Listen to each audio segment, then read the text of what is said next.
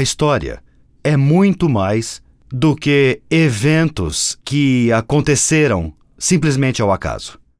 Sabe, quando analisamos a história, tenho certeza de que veremos momentos em que as orações mudaram todo o curso da história. Lembro-me da Segunda Guerra Mundial, quando os aviões de Adolf Hitler bombardeavam Londres. E frequentemente naquelas noites, quando a costa do litoral de Londres ficava escura porque se acendessem as luzes das casas e na cidade seria possível identificar onde estavam certas instalações e os alemães poderiam bombardeá-las. Mas, durante aquele período, na escuridão daquelas noites inglesas, havia milhares de cristãos orando para que o nazismo e o fascismo fossem contidos e para que a liberdade religiosa pudesse ser preservada na Europa e, mais recentemente, em 1989, durante a queda do Muro de Berlim. Não havia razão lógica para o Muro de Berlim cair. Porém, no mínimo durante 4 ou 5 anos, na Alemanha Oriental, centenas de cristãos oraram. Eles oraram por liberdade. Sabe, a oração faz uma diferença enorme. Faz diferença no mundo político e também faz diferença na igreja, na vida espiritual. Toda grande renovação na história aconteceu em grande parte por causa das orações. Se você analisar, por exemplo, a igreja cristã primitiva e voltar ao livro de Atos, qual foi o papel da oração no derramamento do Espírito Santo no dia dos Atos? Qual foi o papel da oração em todo o livro de Atos para renovar os ministérios? Quando você olha, por exemplo, o capítulo 1 do livro dos Atos, a Bíblia diz no capítulo 1, versículo 14, todos estes perseveraram unanimemente em orações e súplicas. Os discípulos se ajoelharam e eles oraram. Eles pediram a Deus. Se você olhar o livro de Atos, do capítulo 3 em diante, Pedro diz no versículo 6, não tenho prata nem ouro, mas o que tenho isto lhe dou em nome de Jesus Cristo. Levante e ande. Enquanto os discípulos oravam, Deus deu poderes sobrenaturais a eles. Você encontra em Atos 2 que o crescimento vital da igreja aconteceu por causa das orações. Você chega ao capítulo 4, versículo 31. Depois de orarem, tremeu o lugar em que estavam reunidos. Todos ficaram cheios do Espírito Santo e anunciavam corajosamente a palavra de Deus. Veja que quando oraram, foram cheios do Espírito Santo e Deus se moveu poderosamente. No capítulo 12, você lembra da maravilhosa história em que Pedro estava preso e toda a igreja orava. A Bíblia diz no capítulo 12, versículo 5, Pedro ficou detido na prisão, mas a igreja orava intensamente a Deus por ele. Em todo o livro de Atos, a igreja está orando. E quando a igreja ora, Deus age com poder. Deus age milagrosamente. Deus faz uma coisa incrivelmente significativa. A oração está no coração de todo reavivamento. Vemos isso no livro de Atos. Ao longo dos séculos, quando a oração se tornou ritualística e formal, quando a oração se tornou meramente algo para conquistar mérito na Idade Média, o fogo do reavivamento da igreja perdeu força, as chamas da verdadeira cristandade quase se apagaram. Mas quando voltamos para a Reforma e vemos pessoas como Martinho Lutero e também João Hus e Jerônimo da época de antes da Reforma, vemos que esses reformadores durante a pré-reforma eram grandes homens de oração. E claro, os primeiros crentes adventistas também se reuniam frequentemente e às vezes saíam para orar durante a noite. Como sua vida de oração pode ser mais eficiente? Como sua vida de oração pode ser mais significativa? Deixe-me fazer 3 sugestões práticas. Sua mente já se desviou durante as orações? Acho que essa pergunta poderá ser respondida na próxima vez em que orar. Aqui vão algumas sugestões práticas para tornar sua vida de oração bem mais significativa. Primeira, faça uso da Bíblia como assunto para a oração. Deixe-me dar um exemplo. Frequentemente eu oro através dos Salmos. Quando você abre a palavra de Deus, está de joelhos orando. Comece a ler a Bíblia de joelhos. Um problema das orações é o seguinte: muitas pessoas dizem que a oração é uma conversa com Deus. Ela é. Mas, meu amigo, Se eu estivesse falando com você, mas não pudesse vê-lo, e você nunca respondesse para mim, talvez eu ficasse entediado com a conversa. E esse é um problema com as orações. Nós não vemos Deus, e às vezes não o ouvimos responder, e nossa mente se desvia. Usar a Bíblia como assunto da oração faz toda a diferença. Então aqui está o exemplo, aqui está a forma como eu costumo fazer. Deixe-me dar este testemunho da minha própria vida, de como uso a Bíblia como assunto para oração. Vamos ao Salmo 1. Eu estou de joelhos, lendo e orando. Como é feliz aquele que não segue o conselho dos ímpios, não imita a conduta dos pecadores, nem se assenta na roda dos zombadores, mas sua satisfação está na lei do Senhor. Enquanto leio essa passagem, eu digo, Jesus, isso é o que eu quero em minha vida. Eu quero ser o homem que não ouve o conselho de nenhum ímpio. Quero ser a pessoa que se satisfaz em tua lei. Senhor, quero meditar em tua lei. Senhor, quero ser como a árvore plantada junto a ribeiros de águas. Quero dar frutos em abundância para teu reino. Quero me encher de alegria. Então, enquanto leio a Bíblia, em particular os Salmos, o Salmo se torna o assunto da oração. Então, de joelhos, leia alguns versos. Enquanto lê, deixe o Espírito gravar na sua mente. E enquanto o Espírito grava em sua mente, você vai repetindo para Deus as mesmas palavras que Deus está colocando em sua mente. Deixe-me dar outro exemplo do Salmo 32. Estou dando 3 formas para tornar sua vida de oração mais significativa. Salmo 32. Como é feliz aquele que tem suas transgressões perdoadas. Ó Jesus, ajude minha transgressão e meu pecado a serem perdoados. Nunca permita que a culpa se acumule em minha vida. Então estou lendo a Bíblia. Versículo 3. Quando guardei silêncio, o meu corpo definhava de tanto gemer. Pois dia e noite a tua mão pesava sobre mim e esse sou eu. Às vezes não quero confessar meus pecados, às vezes sou muito arrogante, às vezes sou muito orgulhoso, mas, Senhor, não quero ficar em silêncio. Quero confessar meus pecados a Ti. Minha vitalidade foi transformada em calor desértico. Senhor, me falta energia e força porque a condenação e a culpa do pecado estão esmagando a minha vida. Senhor, não quero isso. Senhor, eu quero uma experiência vital, nova e significativa contigo.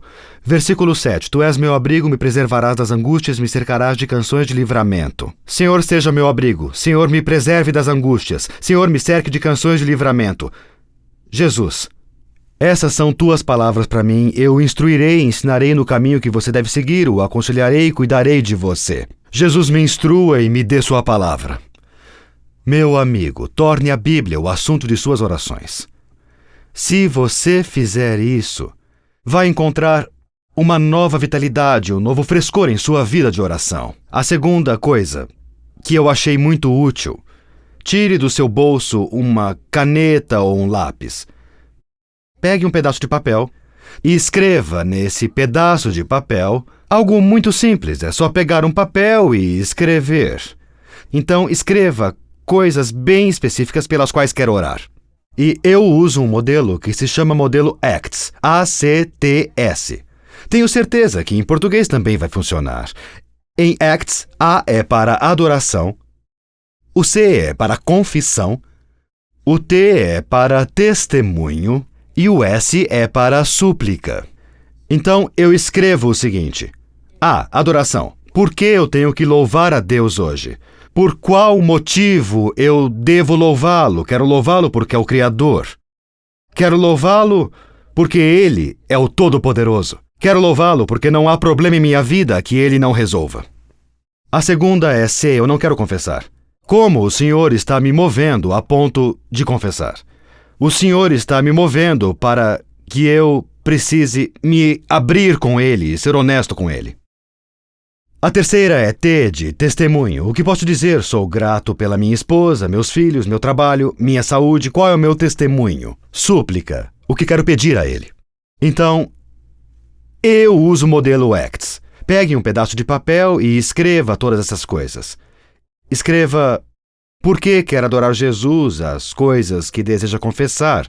Escreva as coisas pelas quais é grato. As coisas que deseja pedir a Ele, e se ajoelhe com esse pedaço de papel.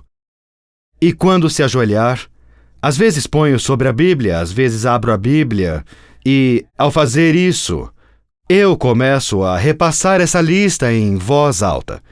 Então, não tenha medo de orar em voz alta.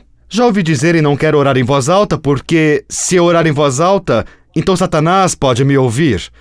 O último lugar em que Satanás quer estar é onde alguém está orando. Já notou que Jesus orava em voz alta? Vou dar 2 ou 3 evidências disso. Mateus capítulo 26. E aqui, Mateus, no versículo 39, fala da experiência de Jesus no Getsemane. Diz, indo um pouco mais adiante, prostrou-se com o rosto em terra e orou dizendo, ó meu Pai, se for possível, afasta de mim esse cálice. Então Jesus orou em voz alta. Versículo 42, Jesus outra vez orou e disse, meu Pai, se não for possível, afastar de mim esse cálice. Novamente ele orou em voz alta. No versículo 44 lemos, e orou pela 3ª vez dizendo, ele ora em voz alta.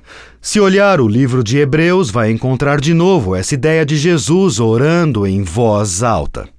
Se você orar em voz alta, verá que sua mente não vai se desviar tanto. Por que não? Porque orar em voz alta é útil para mentes que se desviam. Eu vou explicar por quê. Ao orar em voz alta, seu cérebro deve pensar para formular as palavras. Se sua mente começar a se desviar, seu cérebro irá numa direção diferente e sua boca vai parar de falar. E assim que isso acontece, e você fica em silêncio, você diz, eu devia estar orando e acaba voltando. Então não tenha medo de orar em voz alta. Jesus orava em voz alta. Hebreus capítulo 5, versículo 7, o qual nos dias da sua carne, tendo oferecido com grande clamor e lágrimas, orações e súplicas. Então ele foi ouvido. Então Jesus orava em voz alta. Sabe, eu adoro uma afirmação de Ellen G. White no livro Nossa Alta Vocação, na página 130. Diz o seguinte, aprenda a orar em voz alta onde só Deus pode te ouvir. Aprenda a orar em voz alta onde só Deus pode te ouvir. Então, orar em voz alta usando o seu modelo ACTS faz uma enorme diferença. Aqui vai uma 3ª coisa para revitalizar a sua vida de oração. Escreva os nomes das pessoas que precisam de orações. Faça uma lista de oração e ore com o coração. Ore pelos nomes das pessoas. Jesus fez isso. Ele orou pelo nome de Pedro. No livro de Jó, capítulo 16, versículo 21, lemos, ele defende a causa do homem perante Deus. Então defenda as pessoas. Abra seu coração para as pessoas. O reavivamento vem ao buscar Deus nas orações. Onde existe pouca oração, existe pouco poder espiritual. Há ainda um segundo aspecto do reavivamento. O reavivamento se baseia em 3 passos. Primeiro, numa vida de oração. Mas se você orar e não seguir os 2 passos seguintes, a chama do reavivamento vai queimar pouco. O segundo passo é, o reavivamento vem quando saturamos nossa mente com a palavra de Deus. Já notou o número de vezes no livro dos Salmos, no Salmo 119 particularmente, que fala sobre o reavivamento pela oração? Deixe-me dar alguns exemplos bem específicos. Salmo 119, versículo 25. Agora estou prostrado no pó. Preserva a minha vida conforme a tua promessa. Notem, preserva a minha vida conforme a tua promessa. Notem também no Salmo 119, versículos 49 e 50. Lembra-te da tua palavra ao teu servo, pela qual me deste esperança. Este é o meu consolo no meu sofrimento. A tua promessa, dá-me vida. Versículo 81. Estou quase desfalecido, aguardando a tua salvação, mas na tua palavra coloquei a minha esperança. Nós vemos que com frequência que a Bíblia fornece a base para a nossa vida espiritual. Quando lemos a palavra de Deus, a vida se transforma. Há pouco tempo, um cristão adventista muito comprometido me ligou. E ele me perguntou, Pastor Mark, pode me dar conselhos para eu estudar a Bíblia de forma mais eficiente? Ele disse, quero ter uma vida mais significativa estudando a Bíblia. Quero ter uma experiência mais vital com Deus ao estudar a Bíblia. Como você estuda a Bíblia? Diga o que existe na Bíblia que a torna tão especial para você. Sabe, é bem possível perder a empolgação para estudar a Bíblia. Então, como estudar a Bíblia de forma mais significativa? Tem uma coisa que eu sigo. Na verdade, Tem 3 passos que eu sigo quando estudo a Bíblia. Vamos supor que eu estou estudando o Evangelho. Vamos supor que eu estou estudando a história de Jesus e o barco, e ele está cruzando o mar da Galileia de barco. Quando abro as Escrituras para ler, claro, em Marcos capítulo 4, quando eu abro para ler, a primeira coisa que começo a fazer é visualizar o que estou lendo. Eu começo a ler, estou lendo sobre Jesus, adormecido, dentro do barco e visualizando Jesus lá. Ele teve um dia difícil e está dormindo. Depois, visualizo a tempestade que chega e conforme leio sobre a tempestade, eu tento visualizá-lo e o que está acontecendo. E eu imagino as ondas furiosas do mar da Galileia, o céu fechado, o som dos trovões, a luz dos raios, as ondas atingindo o barco se enchendo de água. Eu imagino a aparência dos discípulos, com seus cabelos molhados, suas roupas molhadas e, enquanto vejo tudo isso na minha mente, tento retratar a história para torná-la real. Então me pergunto, como os discípulos se sentiam? Eles eram experientes no mar, já tinham enfrentado tempestades. Como eles se sentiam? E que emoções vivenciaram? Eles estavam apavorados e clamaram, "Ó Jesus! Jesus, nos ajude! Vamos morrer, não se importa!" Então eu digo, como me sentiria se eu estivesse lá? E que lições posso tirar para a minha vida hoje? Navegando num barquinho pelo mar, isso pode causar temor. Isso pode causar frustração. E traz motivos para pensar que, quando meu barco se enche de água, são os problemas da vida que posso encontrar. E às vezes eu penso, Jesus, você não se importa que vou morrer, não se importa com minhas finanças, minha saúde, minha família? Não se importa com o que está acontecendo? E me identifico com aqueles discípulos. Então visualizo Jesus se levantar, erguer a mão e dizer, aquiete-se, acalme-se. E meu coração também se enche de paz. Imagine o que está lendo. Primeiro você visualiza, depois se identifica com a história e depois medita sobre as lições que a história está transmitindo quando ler a Bíblia. Não faça leitura dinâmica. Leia pensando na questão da mulher com hemorragia. Como teria se sentido se fosse aquela mulher? Se tivesse hemorragia, semana após semana, ano após ano. Se fosse a todos os médicos e não conseguisse ajuda. Se você tivesse gastado todo o dinheiro que tinha, como você teria se sentido naquele momento? Que tipos de pensamentos você teria na sua vida? Imagine a mulher. Imagine-a como intocável. Imagine-a isolada da sociedade. Sinta o odor do corpo dela. Ela não tomou banho e não se banhou e está cheia de sangue grudado no corpo. Sinta o odor daquele corpo suado. Veja as roupas sujas que ela está usando e veja o cabelo sujo. Veja a agonia crescer, veja a falta de esperança, o desespero. Imagine a mulher. Imagine que você é a mulher. Seu marido não te abraça. Seus filhos não se sentam em seu colo. Se tivesse um fluxo menstrual como aquele seguidamente, seria considerada impura. Pense nos médicos charlatões que ela visitou.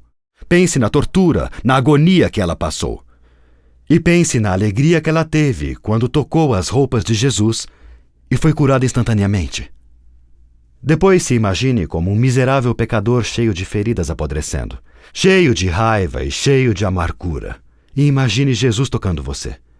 Imagine Jesus lhe dando perdão, graça, misericórdia e poder em sua vida. Como você lê a Bíblia? Quando eu leio a Bíblia, para torná-la mais significativa, primeiro visualizo a história. Eu me pergunto o que está acontecendo aqui. Segundo, eu pergunto como as pessoas da história se sentem. Em terceiro, eu pergunto que significado isso tem para mim hoje. Depois, pela fé, aplico a história. Sabia que você pode ler a Bíblia? Você pode ler a Bíblia e não obter um benefício para a sua vida. Isso é o que a Bíblia diz, na verdade. Olhe Hebreus capítulo 4, versículo 2. Vamos lá, capítulo 4, versículo 2. A Bíblia nos diz que você pode ler o Evangelho e pode não beneficiar sua vida. Hebreus capítulo 4, versículo 2. Pois as boas novas foram pregadas também a nós, tanto quanto a eles. Com certeza o Evangelho foi pregado a essas pessoas. Tanto quanto a eles, mas a mensagem que eles ouviram de nada lhes valeu. pois não foi acompanhada de fé por aqueles que a ouviram. Então um grupo de pessoas ouviu a palavra de Deus. Ela foi pregada, mas de nada valeu porque não estava acompanhada de fé. Quando ler a palavra de Deus, acompanhe-a com fé. Aplique-a em sua vida. Agarre essas promessas com fé e diga: essa promessa é para mim. Quando ler uma promessa como tudo posso naquele que me fortalece, Filipenses 4:13, diga: sim, Jesus, isso é para mim, eu acredito com fé. Filipenses 4:19, o meu Deus suprirá todas as suas necessidades. Sim, Jesus, eu aceito com fé. 1 Coríntios 10:13, não sobreveio a vocês tentação que não fosse humana e Deus é fiel. Ele não permitirá que sejam tentados além do que podem suportar. Sim, Jesus, eu acredito. Então agarre as promessas de Deus pela fé, incorpore-as. O reavivamento virá ao orarmos. O renascimento virá ao lermos sua palavra e aplicá-la em nossas vidas. A Bíblia transforma nossas vidas. Mas espere um minuto. Lembro-me de um grupo de pessoas na Bíblia que leu a Bíblia, que encheu suas mentes com a palavra de Deus, que memorizou com grande paixão porções da Bíblia e que se dedicou, mas crucificou Jesus. Sabem me dizer quem eram essas pessoas? Quem eram? Claro, os fariseus, os escribas. Eles oravam, eles estudavam a Bíblia, mas crucificaram Jesus. Por quê? Porque a fé deles nunca os levou a agir. Porque a fé deles, se é que podemos chamar de fé, não os guiou. Todas as orações e estudos bíblicos nunca os levaram a servir ativamente. Vou abrir meu coração. Se apenas orar e estudar a Bíblia, mas não se tornar ativamente envolvido em servir os outros, se o testemunho não caracterizar sua experiência cristã, você terá uma vida espiritual murcha, não importa o quanto estude a Bíblia e ore. Porque só o estudo bíblico e as orações, sem foco no testemunho, são como comer sem se exercitar. Você pode se sentar num banquete de comida vegetariana e pode comer feijão e arroz, pode comer salada, milho e ervilhas. Pode se empanturrar todo dia, 3 vezes ao dia e engordar e morrer com o espírito vazio. Você pode ir à igreja todo fim de semana, ouvir a palavra de Deus e dizer Deus seja louvado e diariamente comer e comer, mas se não fizer exercícios espirituais, se não testemunhar por Jesus, você vai se encontrar com uma vida espiritual que vai morrer. Lembra que Jesus disse em Atos 20:32, é mais abençoado. Fazer o quê? Vamos olhar a passagem da Bíblia, vamos lá.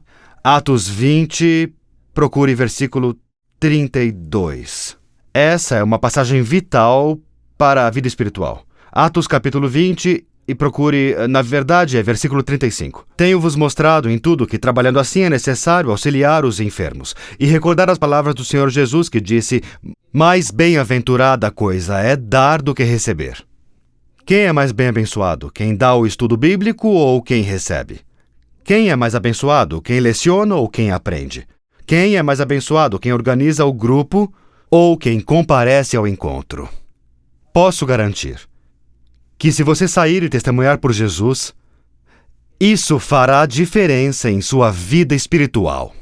Quando você se envolve ativamente em servir os outros, isso causa uma diferença dramática em sua vida espiritual. Quer crescer espiritualmente? Envolva-se no serviço. Quer crescer espiritualmente? Envolva-se no testemunho. Adoro a forma como Ellen White coloca. Em O Desejado por Todas as Nações. Ela diz, para desenvolver um caráter como o de Cristo, devemos trabalhar como ele trabalhou. E em Atos dos Apóstolos, página 105, ela aborda os discípulos e fala em como a igreja se congregou num lugar de Jerusalém. E diz em Atos, página 105, se esqueceram, pois a igreja se esqueceu, que a força para resistir ao mal funciona melhor com o serviço agressivo. Como você ganha força resistindo ao mal? Com orações e estudo bíblico, talvez, mas funciona melhor com o serviço agressivo. Quanto mais me envolvo em testemunhar para os outros, quanto mais compartilho minha fé com os outros, cada vez mais a minha própria fé vai crescer. Já vi isso acontecer muitas vezes, há muitos e muitos anos. Eu estava ensinando um grupo de jovens a testemunhar por Jesus e estávamos na Nova Inglaterra, que fica no norte dos Estados Unidos, na região Nordeste. E era um dia de atividades físicas. E naquela parte do país neva muito. Eu sei que em muitos lugares da América do Sul não neva tanto assim, mas em alguns lugares até neva. Então, nessa área estava nevando muito, tinha nevado muito, então eu pensei, vou sair com a turma para realizar atividades lá fora. E meus filhos eram muito pequenos na época, então fomos de trenó, descemos uma grande montanha de trenó. Foi ótimo, minha filha Debbie tinha 4 ou 5 anos na época e disse a um dos obreiros bíblicos, um jovem de 20 e poucos anos, posso descer nas suas costas? Ele disse, claro, sobe aí. Então eles subiram no trenó e desceram com toda a velocidade até que pegaram uma rampa grande, decolaram e quando pousaram ela bateu atrás da cabeça dele e ele quebrou um dente. Fomos a um dentista adventista da nossa comunidade e eu disse para ele que ele havia quebrado o dente e era melhor ir ao dentista. Quando estava sentado na cadeira, o dentista perguntou, jovem, o que você faz? E ele respondeu, trabalho com o pastor Finley, pastor Mark Finley, eu dou estudos bíblicos e eu realmente adoro. E o dentista disse, eu gostaria de fazer isso um dia, mas acho que não sei como. E meu jovem amigo disse a esse dentista profissional, você frequentou uma escola adventista? Sim, respondeu o dentista, eu frequentei uma escola adventista. Frequentou um colégio adventista? Sim. Frequentou uma faculdade de medicina? Sim. E depois de tantas escolas adventistas, não sabe dar um estudo bíblico? Sabe de uma coisa? Eu nem sequer me formei no colégio e dou estudos bíblicos. Doutor, venha comigo. O doutor não pôde resistir ao convite. Então, na terça noite, o jovem se dirigiu à bela residência do doutor adventista e ele chegou lá dirigindo o seu carro bem velho e surrado. O médico olhou aquilo, entrou e foi com ele para o estudo bíblico. E naquela noite ele estudou com 2 mulheres. Naquela noite ele deu 2 estudos bíblicos em 2 casas diferentes. E após esses estudos, felizmente, pela graça de Deus e pela providência de Deus, isso nem sempre acontece, as 2 mulheres se decidiram pelo batismo. O doutor ficou eufórico. Ele ficou incrivelmente animado. E disse ao meu jovem amigo, isso mudou minha vida. No final, esse médico continuou a testemunhar. Sua vida espiritual foi transformada. Como ele mesmo disse, minha vida espiritual deixou de ser a de um adventista do 7º dia casual e complacente e se tornou a de um que anseia por Cristo. Testemunhar pode mudar sua vida.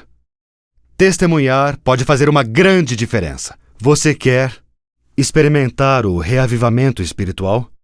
Entregue-se diariamente a uma vida de oração. Diariamente, abra o seu coração para Jesus em oração. Use os salmos como assunto de suas orações. Escreva o Modelo Acts para adorar a Deus. Confesse seus pecados.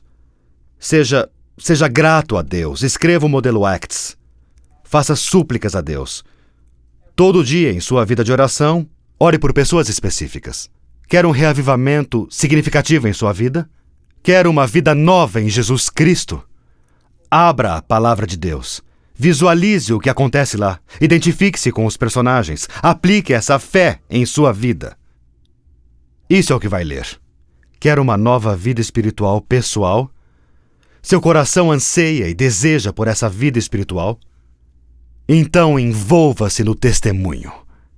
Então envolva-se no serviço. Deus lhe deu dons para servir. Você pergunta que dons são esses? Quando o Espírito chama para fazer alguma coisa, faça por Jesus. Deus nunca pede para fazer algo que não nos tenha dado poder para fazer. Deus vai fortalecê-lo. Deus vai lhe dar o poder para testemunhar por ele. Ele tem lhe dado dons. Haja com fé. Posso orar por você agora? E pedir a Deus para agir com poder em sua vida, para lhe dar uma vida de oração, para lhe dar uma vida de estudos bíblicos vitais. e colocar em seu coração o desejo de testemunhar. Ó Jesus, agradeço por seu amor e sua graça. Obrigado por querer se comunicar conosco através da oração. Obrigado por falar conosco através de sua palavra. E obrigado porque, testemunhando para outros, vamos crescer em Jesus. Nos envie para testemunhar por você. Em nome de Cristo. Amém.